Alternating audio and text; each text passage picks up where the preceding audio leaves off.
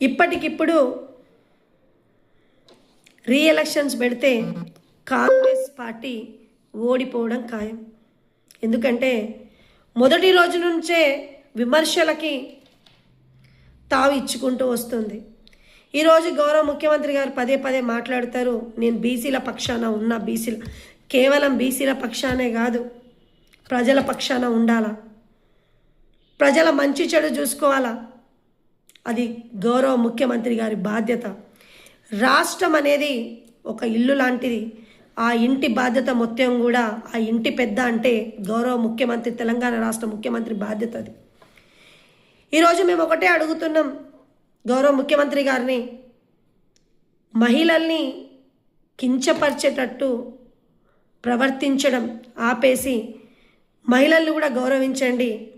ఎంతసేపు ఒక రోజు ముందు మీడియా ముందు తిట్టి రెండవ రోజు మీ పక్కన కూర్చొని మీ పాట పాడే వాళ్ళని, మిమ్మల్ని జోకే వాళ్ళని పక్కన పెట్టండి. విమర్శించేవాడే నిజమైన నాయకుడు, లొంగిపోయేవాడు నాయకుడు కాదు. ఎందుకంటే ఎప్పుడైతే లొంగిపోయి మాట్లాడతారో వాళ్ళ ఆత్మగౌరవాన్ని తాకట్టు పెట్టినట్టు లెక్క. అది గ్రహించుకోవాలా. అంటే నాకు మొన్నటి వరకు లేదు, తిడితేనే అవకాశం ఇస్తారని, ప్రభుత్వాలని తిట్టాలని, రాజకీయ నాయకులని ఘోరంగా అవమానిస్తేనే వాళ్ళు మనకు అవకాశం ఇస్తారని నాకు మొన్నే అర్థమైంది.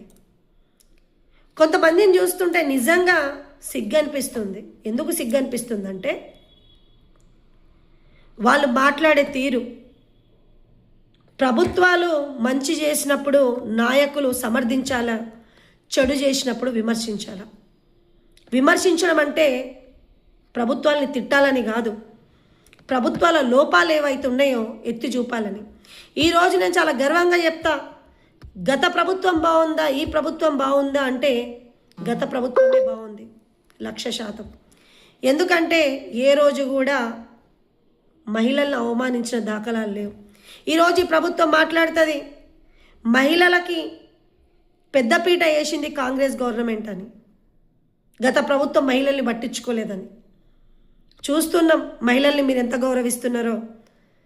ప్రతిరోజు కూడా మహిళలు కన్నీళ్ళు పెడుతూనే ఉన్నారు. కానీ మహిళల కన్నీళ్ళు, వాళ్ళ బాధ తెలంగాణ రాష్ట్రానికి కానీ తెలంగాణ ప్రభుత్వానికి కానీ మంచిది కాదు. ఆడపిల్ల ఏడ్చింది అంటే వాళ్ళ నాశనానికి కారణమని ఇప్పటికైనా తెలంగాణ ప్రభుత్వం ఆలోచించి ఆడబిడ్డల విషయంలో గౌరవ ముఖ్యమంత్రి గారు స్పందించాలని కోరుకుంటున్నాం.